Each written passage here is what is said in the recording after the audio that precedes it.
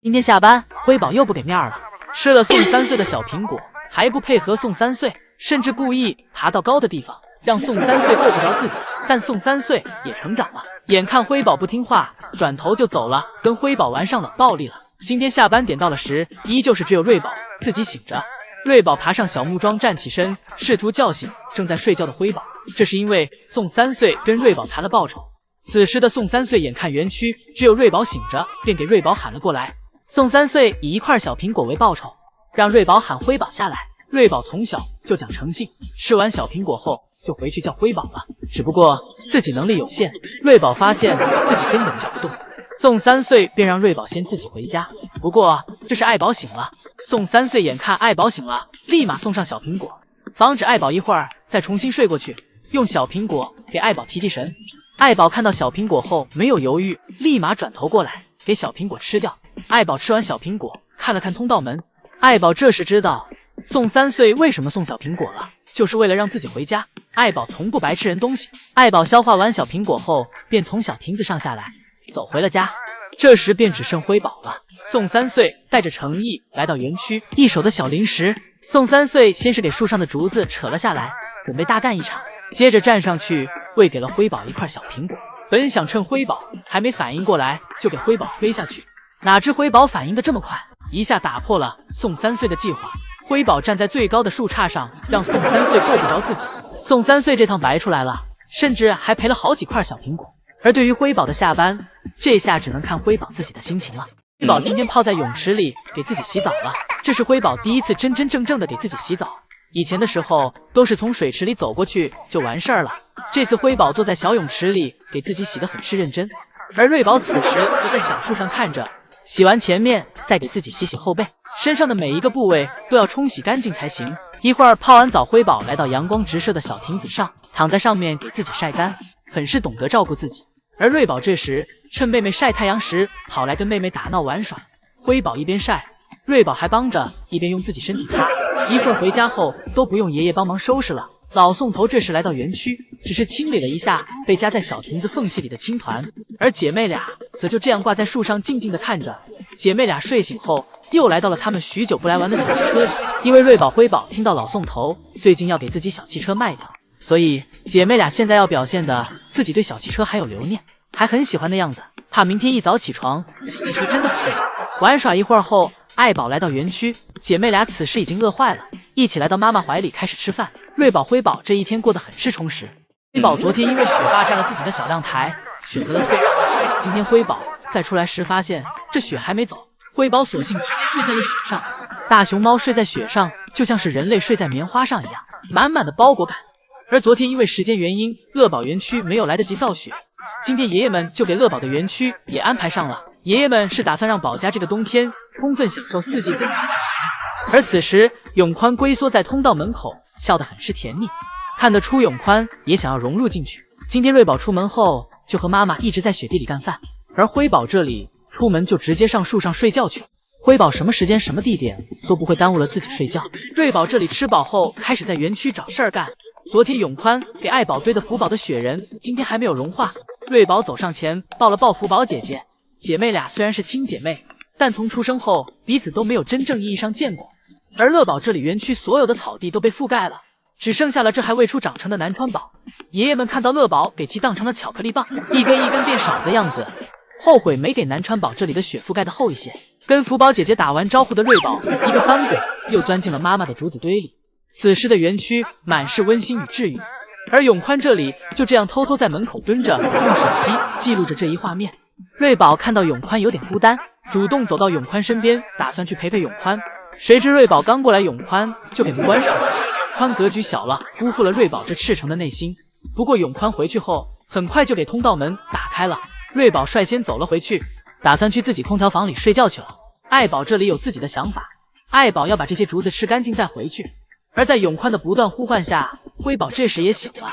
这趴在雪上睡觉，还是没有在室内的空调房里睡觉舒服。辉宝丝滑的从小树上滑了下来，下来后的辉宝感觉到肚子有点饿了，先是吃了点竹子才往回走的。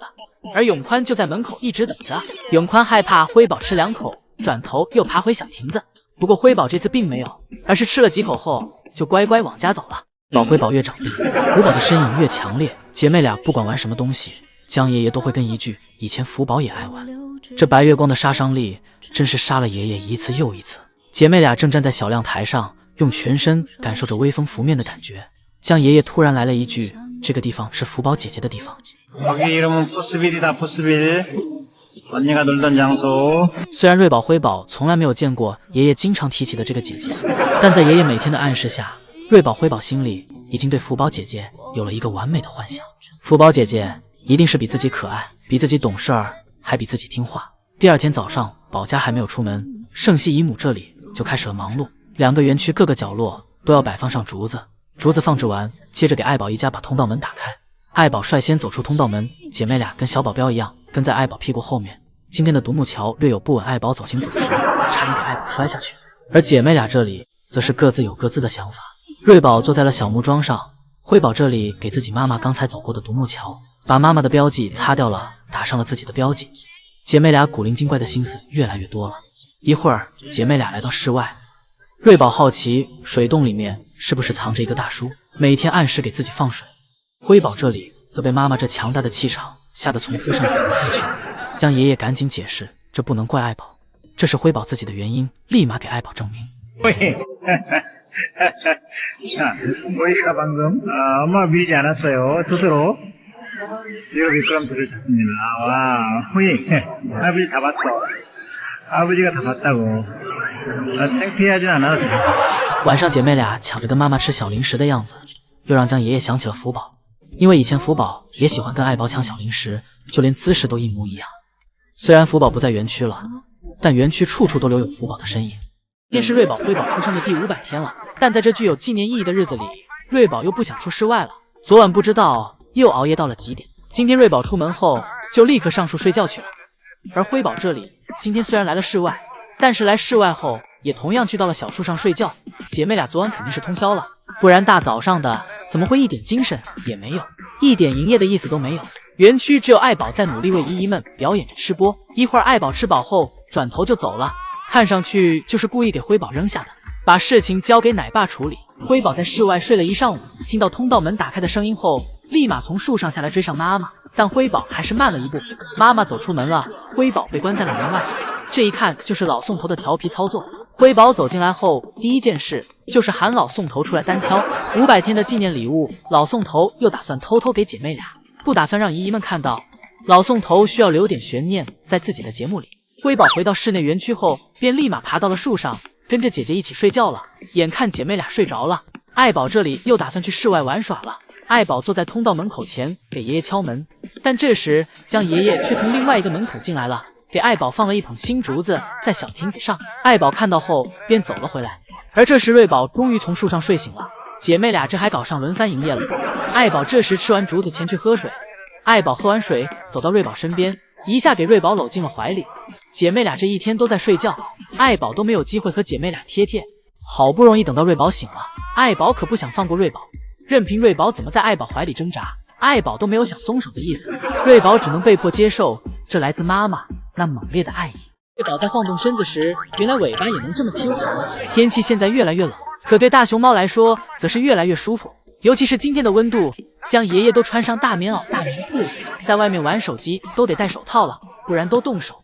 而瑞宝、辉宝这里天一冷，火力越旺盛，跟在妈妈屁股后面走个不停。虽然姐妹俩平时反骨很重，但是大多时候还是怂怂的状态，活动范围必须要在妈妈身边才行。看到妈妈坐下吃竹子了，姐妹俩这里开始爬妈妈头顶的树。虽然姐妹俩也不知道去到树上干嘛，但是这样就会显得自己很忙，姨姨们就不会说自己上班摸鱼。瑞宝爬到了小亮台上，辉宝则坐在了树杈中。瑞宝伸手摸了摸辉宝的头，夸赞了一下妹妹越来越厉害了。一会儿，瑞宝、辉宝回家后，节目仍未停止。辉宝趴在独木桥上，正酝酿着青团。好奇的瑞宝这时突然凑了上去，突然青团砸到了瑞宝的脸上。瑞宝被辉宝的青团熏到了，赶紧打着气味转身离开。这状态真的是被熏到了。而姐妹俩今天在调皮时，将爷爷这里则一直在园区外面来回观察着宝家成员的状态，每天都有在记录乐宝他们当天时的样子，同时在构思是不是该给宝家造雪了，毕竟已经立冬了。这可是将爷爷当时立下的承诺。爱宝携手姐妹俩一块齐刷刷的等下班，这场景也是前所未闻了。刚开始时，这一家3口还各干各的呢，突然一个神奇的心灵感应，瑞宝这里就从小滑梯上下来了，径直走向了妈妈所在的通道门口。瑞宝走到妈妈身边，爱宝将其搂进了怀里，这宠溺的小动作给姨姨们看的心里暖暖的。就这样，瑞宝陪着妈妈一起坐在了通道门口等开门，而这时辉宝也慢慢从后面走了过来。爱宝听到了奶爸门开的声音，走过去查看。瑞宝、辉宝这里则紧跟其后，一左一右围绕在妈妈身边。一家3口敲完门后，又整齐地回到通道门口继续等待。这一家3口都急着要下班的样子，真是让饲养员和姨姨们开了眼。这以后收熊简直不要太轻松了。一会儿通道门打开，爱宝走在前面，瑞宝、辉宝跟在后面，很快就完成了回家的任务。而此时，隔壁的乐宝都等不及了。乐宝等不及的在奶爸的通道门口撒了一泡大的，这要是奶爸一开门，都得溜进房间里。乐宝这一行为着实有点调皮了。乐宝情绪上来也不是那么好哄的，刚才自己想回家你不开门，现在你开门了，本乐大爷又不想回去了。乐宝坐在小亭子上，静静地看着打开的通道门口，思量了好一会儿，才自己给自己哄消气，这才走回了家。到听到江爷爷这样表述自己的处境，我才明白江爷爷一直都在承受着一些旁人所无法理解的事情。 또 사실은 잘못했어요. 여러분들은 편하게 말씀이라고 하실 수 있잖아요. 저는 사실은 또 편하게 이야기하기도 힘들어요. 제가 이야기를 막 할 수 있는 그런 상황이 아니기 때문에 또 그런 저의 고충이 있어요. 江爷爷一直安慰粉丝们关于福宝现在的情况。江爷爷表示自己并不是很担心，而自己现在能做的就是努力让留下来的宝家成员变得更加美丽和闪耀。 일단은 저는 지금 남겨진 친구들을 정말 이쁘고 빛나게 돌보기 위해서 굉장히 노력을 하고 있고요. 그게 제가 할 수 있는 최선이라고 생각을 하고 있습니다. 这意味着江爷爷是想让瑞宝和辉宝的名气和当年福宝一样大，这也是江爷爷这个身份所能做的事情。现在江爷爷和姨姨们一样，对现在的福宝都是一名只能远远观看的游客，但又与姨姨们不同的是，姨姨们可以言论自由地表达出自己所想所发言的东西，而江爷爷作为公众人物，以及牵涉到2个不同动物园的事情，江爷爷不能轻易发言。江爷爷也表示自己已经做了自己现在所能做的所有事情了。对于福宝，现在有专业的饲养员和团队在照顾，而瑞宝、辉宝这里依旧是只有江爷爷，所以江爷爷需要更多的精力放在瑞宝、辉宝身上。而对于瑞宝、辉宝现在所面临的问题，则是瑞宝、辉宝断奶的事情。江爷爷表示，配方奶粉大概会再喂2-3个月左右，而爱宝的母乳的话，现在就有在减少次数了，但这一点由爱宝决定。当爱宝觉得瑞宝、辉宝是时候独立了，那自然就不会给姐妹俩吃奶了。天宋3岁破天荒的在爱宝回家休息的时候，把瑞宝、辉宝也喊了回去。结果等饲养员们给爱宝放置好新的竹子和小零食后，瑞宝不出来了。这时宋3岁慌了，宋3岁赶紧钻到通道里去呼喊瑞宝，差点又闯祸。原本今天宋3岁想着是让爱宝回家休息，但爱宝这时刚从室外走回来，想休息一下再回去。而姐妹俩这里的动作有点快，辉宝看到通道门开了，急得直接从小亭子上跳了下来。爱宝这里坐了一会儿，喝了口水，这才往家走。这次的工作量有点大，出动了3个饲养员，盛熙阿姨和另外一个姨姨负责搬运新竹子，宋3岁负责收拾刚才爱宝吃剩的竹子。新的竹子放置好后，爱宝率先走了出来。爱宝来到小亭子上，看了一眼没有新竹子和小零食，转头直接走向小木床。结果瑞宝和辉宝这里不想出来了。虽然爱宝此时还在园区，但宋3岁依旧淡定地走来了园区。紧接着辉宝看到宋3岁来了，立马跟了出来。而瑞宝这里因为不出来，宋3岁直接钻进通道门口去接瑞宝。在宋3岁一顿甜言蜜语的攻势下，瑞宝终于走了出来。不过瑞宝、辉宝出来没一会儿，又到了下班点。其实瑞宝刚才就没想出来，要不是给宋3岁个面子，自己就直接休半天班了。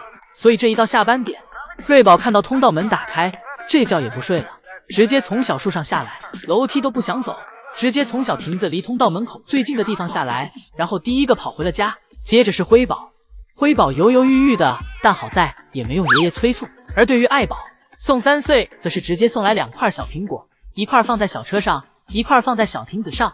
宋3岁总喜欢耍点自己的小聪明，不过爱宝也没难为宋3岁。爱宝吃完小亭子上的小苹果后，就直接回家了。而小汽车的小苹果，爱宝都没吃。爱宝是在暗示宋3岁，以后不要搞这种哄小孩的把戏，有事儿直说。宝辉宝现在也是有自己单独的房间了。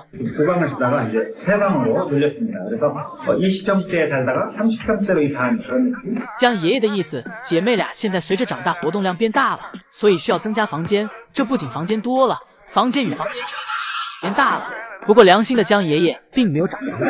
早上时，江爷爷来到办公室，就看到乐宝在热情地迎接自己。江爷爷站到了乐宝身边查看了一下，最近乐宝有没有长高。江爷爷说自己比乐宝高，江爷爷怕乐宝不承认，还让乐宝看了看自己手机。乐宝眼看真的是这样，乐宝不服气，转头就开始往栅栏上爬。乐宝这样子是非要比奶爸高才行。江爷爷一个劲儿地说乐宝这样犯规，表示自己爬上去还是会比乐宝高。乐宝不听，乐宝不承认自己矮，男人就是要为自己争口气。看完乐宝，江爷爷来到了瑞宝辉宝这里。辉宝听到了爷爷声音，一下坐了起来，跟奶爸示意早安。跟爷爷说完早安后，又立马躺下继续吃。一会儿，江爷爷终于承认自己比乐宝矮了。乐宝总算是从栏杆上下来了。江爷爷拿来血压测量工具，开始为乐宝进行每天的体检。乐宝听到奶爸承认自己比他高，心里很开心，这让乐宝体检时都变得乖巧了。体检完，江爷爷还给乐宝按摩了一下，给乐宝按摩的心里痒痒的，使乐宝在护栏上不断蹭来蹭去。江爷爷眼看乐宝这般意犹未尽，又转头走回来。瑞宝凑到妈妈身边，没有前摇的，直接坐在了妈妈的双下巴上，在妈妈双下巴上蹭来蹭去，一边蹭还一边讲：“小爱，你知道我超喜欢你的双下巴吧？”姨姨们感觉到爱宝带娃越来越累了，姐妹俩总是变着花样的折腾妈妈。昨天辉宝在树上不想下来，爱宝试着上树给辉宝叫下来，但爱宝尝试了一下，发现自己现在的身体已经无法做到辉宝和瑞宝那样的灵活了。这窄小的空间，爱宝发现自己根本上不去，最后只能尴尬的从树上下来。爱宝抬头看着树上的辉宝，感叹着还是年轻好。而今天姨姨则撞见了爱宝正准备产青团时，瑞宝辉宝这时非要凑过来要奶喝。爱宝产个青团都不得空，有时候真的挺想让爱宝收拾一下这姐妹的。前2天宋爷爷给爱宝测量体重，现在的体重是116.5千克，虽然这个体重也很健康，但是爱宝明显比去年瘦了。去年这个时候爱宝的体重是127.7，可见瑞宝辉宝越大，对爱宝的体力消耗也越大。不仅仅是平时瑞宝辉宝对爱宝的折腾，更多的是瑞宝辉宝越长大，喝奶的需求量也越大。这也是为什么宋爷爷跟瑞宝辉宝商量要不要断奶。爷爷们可见不得自己的宝贝闺女受委屈，姐妹俩再这样总是欺负爱宝，那姐妹俩独立的日子将会越来越近了。爱宝正试图给瑞宝从小汽车里拉出来，结果是失败了，因为爱宝已经快拖不动瑞宝了。瑞宝再也不是之前爱宝那可以随意扔着玩耍的重量。今天上午，辉宝想爬上树和姐姐瑞宝一起玩，好吧，他的小土豆腿又一次拖后腿了，爬了半天也没能爬上去。而妈妈爱宝正慢慢爬向小车，一屁股坐在了主驾驶的位置上。这是要发车了吗？姐妹俩看到妈妈去到了自己的小车上，这时回忆突然涌上姐妹俩的心头，这被忽视已久的小车今天再次被一家3口启用了。瑞宝与辉宝都想挤进后座，不过瑞宝辉宝现在的体格已不再是当年的体格，争抢半天，最后辉宝选择让出位置。辉宝从后座爬了出来，我们的瑞宝眼见妹妹离开了，也急着要下车。姐妹俩真是见一个玩多玩，不玩的时候又都不玩，但妈妈似乎还不想让瑞宝离开呢。爱宝和瑞宝俩人一僵持，瑞宝一不小心卡在后座了，这下麻烦了。瑞宝这次卡的角度有点刁钻，半天也没能钻出来。妈妈爱宝只好咬住瑞宝的后颈，努力帮瑞宝脱困，看样子是费了一番力气。不过在妈妈的帮助下，瑞宝最后也成功化险为夷，就是给爱宝咬的腮帮子都累了。一会儿，一家3口又整齐的来到了小床上，妈妈还在场，只是一言不合，瑞宝和辉宝这里又直接开战了。这是真不怕妈妈生气啊！辉宝咬了瑞宝一下，而瑞宝有点急了，他朝着辉宝也一模一样上去。糟糕，他咬的是妈妈爱宝。瑞宝这是错以为自己咬的是辉宝吧？妈妈爱宝已经无语了，这俩小家伙可真闹人。但爱宝并没有责怪瑞宝，不然将会转变成一场3个人的混战。瑞宝发现不对劲后，立马松了口，转而扑向辉宝。这一下可算没认错自己的妹妹，两只小家伙就这样你来我往，各不相让。当然，大家不用担心，姐妹俩彼此都没有用劲去咬。她们虽然喜欢打闹，但她们可是非常相亲相爱的。最终，妈妈爱宝出面制止了这场争斗。而且下班的时候，也都很高。那么另一头，再看看我们的乐宝，宋爷爷在门口拍了半天手，乐宝一点反应也没有。看乐宝睡得这么沉，宋爷爷也不忍叫醒乐宝了，宋爷爷只好关门，等乐宝自己睡醒再说。瑞宝这是给自己调整成上一休一的模式了。对于室外园区是出来1天后，第2天肯定就不会出来了。今天瑞宝乖乖上班了，老宋头今天也不再愁容满目。瑞宝发现自己每次一出来，这园区都会有点大表了。这次出来，瑞宝发现小瀑布不出水了，改成倒雪了，一整条瀑布都被雪给堆积了。其实这都拜辉宝所赐，辉宝前2天钻进小瀑布洞里后，到了晚上，永宽就从场外运来2桶雪给小瀑布填上了。瑞宝踩在上面，发现这雪是真结实，都快成冰了，冻得梆梆硬。瑞宝用小手尝试给其挖开，但根本刨不动。而早就尝试过的辉宝就在树上静静看着姐姐犯傻。瑞宝给自己爪子刨得冰凉，转头刚好看到妈妈要回室内，跟上。瑞宝还是最爱室内，早上要不是为了吃江爷爷的一口小苹果，瑞宝也是不会来室外的。眼看妈妈只是逛了1圈，自己又掉头回去了，瑞宝又走回去溜达了。瑞宝反反复复来到小瀑布前，反复尝试。瑞宝还有的玩，但爱宝没得玩，只能玩瑞宝。爱宝给瑞宝压在身上，咬瑞宝的鼻子。江爷爷表示，大熊猫咬孩子的鼻子是在表示爱意。瑞宝被妈妈爱得4脚朝天。瑞宝尝试逃跑，但是却被妈妈一路追逐。瑞宝此时宛如一个会动的皮球，被爱宝拍来拍去。而辉宝则是跟姨姨们一样的第3视角，坐在树上看热闹，嘴里还吃着竹子。今天瑞博士有点凄惨，狗狗灰今天则淑女的不行。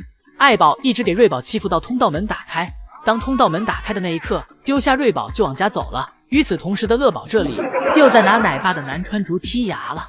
辉宝在圣熙姨母面前总是这般目标明确。辉宝知道姨母口袋里有小零食，站起身就伸手往姨母口袋抓。辉宝可爱的小腿都内八了。一会儿姨母走后，辉宝倒挂在了小亭子上。瑞宝在辉宝身后看到辉宝想下去，走上前助了辉宝一臂之力。辉宝一头栽下去，摔了一个4脚朝天。一会儿辉宝又看到妈妈要去室外，立马跟了过去，但中途又被南川宝吸引了。辉宝给了南川宝一个拥抱，给南川宝压在身下，但辉宝忽略了南川宝的感受。此时通道门并没开，爱宝回来刚好撞见了这一幕。爱宝向来比较维护自己园区的一花一草，爱宝让辉宝起来，不要压坏南川宝姐姐，但辉宝不愿意，还躺在南川宝身上撒泼打滚，跟妈妈耍赖皮。最后爱宝只能强行推开辉宝，被推开的辉宝还怪妈妈多管闲事儿，不断反抗着妈妈。辉宝蹦跳着来到了小滑梯旁，这时辉宝又遇到了一片落叶，什么东西捡起来都往嘴里塞。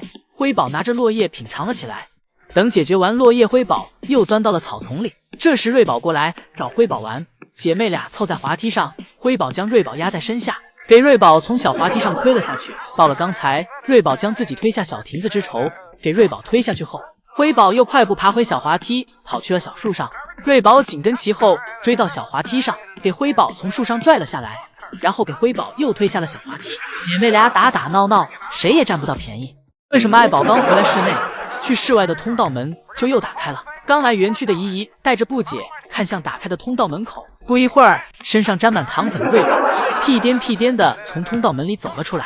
而就在刚才，爱宝在室外1挑2，爱宝一边防着眼前的瑞宝，还要扛着背后的辉宝。爱宝先是一巴掌给瑞宝拍懵，接着给辉宝一个背摔，姐妹俩齐刷刷的摔下了斜坡。瑞宝、辉宝现在联手都不是爱宝的对手。爱宝转身不是抱歉，而是姐妹俩还得再练。江爷爷的这场雪算是下得刚刚好，这2天的大太阳配上着清凉的雪地，暖洋洋又凉爽爽，让爱宝跟姐妹俩玩得不亦乐乎。爱宝玩累了，回家前走前还给通道门口打上了标记，这是野生动物的本能。为了保护瑞宝、辉宝的安全，将自己气息留在这里，敌人就不敢过来碰自己的孩子。爱宝回去后就开始吃竹子了，而瑞宝这里紧跟其后，看到妈妈回去了，自己也跟了上来。不过走到通道门口时，瑞宝又停了下来，等辉宝。辉宝听到姐姐的呼喊声后，很快就跟了过来。辉宝在通道门口甩了甩自己身上的糖粉，然后接着又出来了。而瑞宝这里也突然跟跳了出来，姐妹俩明显都还没玩够。而江爷爷就在旁边看着，也没做出对瑞宝、辉宝干预的动作，任凭瑞宝、辉宝继续玩闹，甚至还想一起加入进来。不过江爷爷不是宋3岁，有点难以融入瑞宝、辉宝。这要是宋3岁，怕是要和瑞宝、辉宝一起躺地上打滚了。瑞宝这里玩了一会儿也累了，而辉宝则是越玩越起劲儿，一会儿只能将爷爷来接了，江爷爷想用自己吸引辉宝，假装跟辉宝玩雪，接着往家跑，想引辉宝来追自己。不过辉宝根本不上当，而已经回室内的瑞宝已经开心的和妈妈吃起竹子了。一早上一来，园区就遇到永宽和姨母一起在树下商量着什么。这时姨母拿着一个雪块走向了正在树上躺着的瑞宝。姨母问瑞宝要不要下来玩会儿雪，还有妈妈和妹妹都去室外了，要不要也去室外？瑞宝小头一歪，根本没有在听姨母的话。姨母在树下感觉自己有点对牛弹琴了，转头看向永宽想要求助。永宽此时同样的一脸无奈与不解，根本帮不上忙。姨母将雪块放在了瑞宝的树下，转身离开，走向永宽寻求对策。而瑞宝低头看了一眼姨母放下的雪后，依旧是小头一歪，谁都不爱，一副你们又能拿我怎么样的姿态。而永宽和姨母还没放弃呢，还在一旁探讨着什么，但探讨一阵，最后就是放弃。而瑞宝看到爷爷和姨母走了，状态也明显放松了，又可以偷懒一上午了。而此时辉宝则正跟妈妈在室外努力营业。辉宝一早就来到了树上晒太阳，给自己补补蛋，同时看着小脑袋，近距离看着妈妈在树下吃播。看了一会儿，辉宝坐起来跟姨姨们讲，自己保证妈妈没有假吃。一会儿爱宝吃饱了，头也不回地走向了通道门口。辉宝看到妈妈又想丢下自己，赶紧从树上下来。爱宝丢娃已成习惯，但辉宝得自己顾好自己。辉宝从树上下来，立马跟上妈妈。妈妈走哪儿，自己就走哪儿，不然哪天妈妈真给自己弄丢了，都找不到人说理去。瑞宝被辉宝的巴巴雨砸了脑袋。瑞宝这时正打算往树上爬呢，突然有东西从树上掉落下来。瑞宝心想，这是天花板漏了吗？瑞宝抬头的一瞬间，看到是辉宝在铲青团，而青团也刚好全砸在了瑞宝的头上。这画面神似当年福宝在树上趴着铲青团，老宋头在树下接的样子。不过瑞宝是用脑袋接的，瑞宝被辉宝的青团砸得一时失了神。瑞宝回过神来后，立马从上面下来逃走。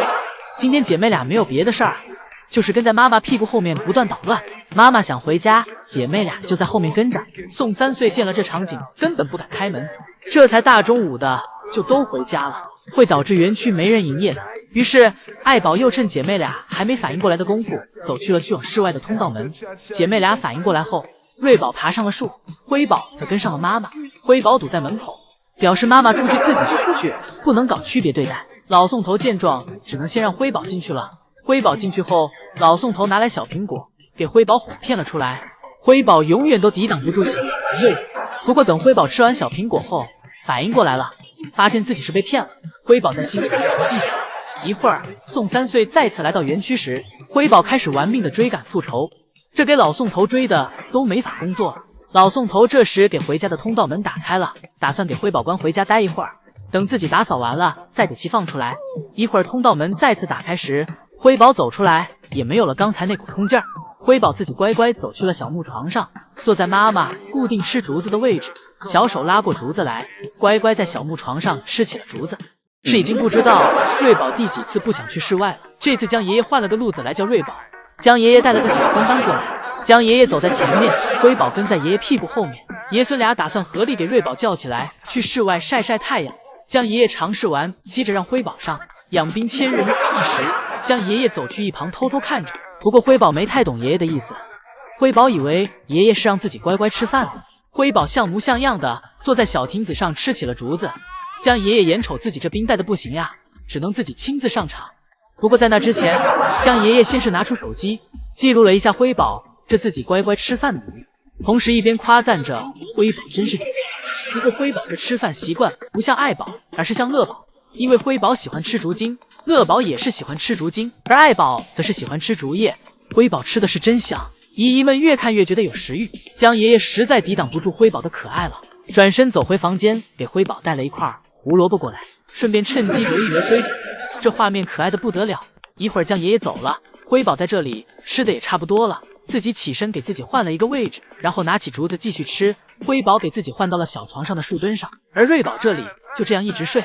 辉宝这小坐姿，一边手拿竹子，一边脚蹬小树，悠闲的很。就在辉宝舒舒服服的吃竹子时，爱宝回来了。爱宝这趟在外面可坏了，小床上的胡萝卜都没着急吃，而是先来到饮水盆前喝了些水。